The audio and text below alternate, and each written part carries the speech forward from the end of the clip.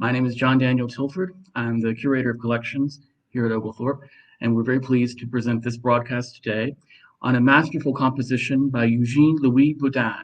This is simply one of many works which we have here in the collection at Oglethorpe, which reflect the rich art and culture of 19th century French Impressionism.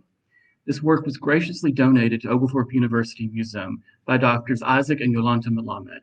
The Melameds have donated more than 65 works of art with a particular focus on 19th century French Impressionism. We're also especially pleased to present this work because it will soon undergo conservation, thanks to the generosity of Doctors Karen Head and Colin Potts, in honor of Dr. Glenn Sharfman for his tenure as provost of the university here at Oglethorpe. The work is entitled Pâturage aux moutons, côte Normandie, otherwise known as Sheep Grazing on the Normandy Coast. And this work is very emblematic of the great atmospheric mastery of Eugène Boudin. Boudin was one of the latecomers to the Impressionist movement, but in many ways he was the father of the movement.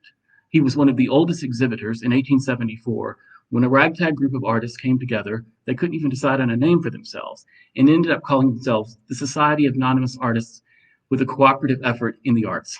They would later become known as the Impressionists. Boudin began his artistic career later in life. By the 1870s, he had enormous financial success because he created works of art that were pleasant and appealing to many different kinds of people.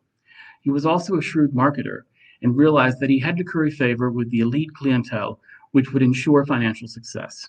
And he was also keenly aware of the politics involved in the salons of France and the Academy. So in many ways, he was able to encourage and mentor a great many of the Impressionists who were much younger and much more rebellious. Principal among these was a young Claude Monet, who was literally taught how to paint by Eugène Boudin. At 18 years of age, Monet was taken aside by Boudin and said, "You need to stop drawing these teenage juvenile caricatures and become a serious artist. You need to learn how to paint the sky." And no one knew how to paint the sky better than Eugène Boudin. In fact, Corot called him the king of skies.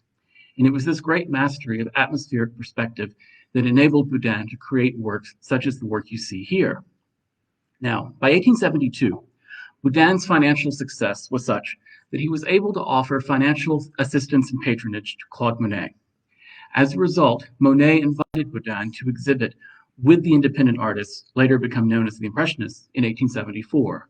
But Boudin never really considered himself a revolutionary, and he never in many ways considered himself to be an impressionist. But again, in many ways, he was the father of the movement. He provided the stability and the maturity that was needed to help corral a very large group of unruly artists. Another key point to keep in fact to keep in mind when you're looking at artists like Eugène Boudin and the Impressionists is that it wasn't just a group of men. There were two prominent women who exhibited with the Impressionists and are today considered principal members of the Impressionist movement. Those are Berthe Morisot and Mary Cassatt. Morisot came from an extremely prominent and financially successful family in France. Mary Cassatt came from an incredibly rich American family. So both women had the financial independence to do as they pleased. But more importantly, they offered stability and funding to the other members of the group who were often financially strapped men with wives and children to support. So as we continue to look more closely at Impressionism, we now shine a greater light on the women who made that movement possible. So again, I'm very pleased to share this work with you, and I'm very happy to say that when we reopen the museum later this year, Eugène Boudin, Cat Sheep Grazing on the Normandy Coast, will be once again front and center after it completes conservation. It's also important to remember when we're looking at works like Boudin that they influenced a great many other artists, including the American Impressionist Paul Cournoyer, whose work is hanging behind me, an amazing masterful painting of Coscob, which was generously recently donated by Carrie Lee Jacobs Henderson, who has donated numerous works to the permanent collection. So I hope you've enjoyed learning a little bit more about Impressionism, and I hope you'll join us again same time next week, Tuesday at 2 o'clock, where Museum Director Elizabeth Peterson will discuss the incredible work of Cuban-American artist Alejandro Aguilera. Thank you.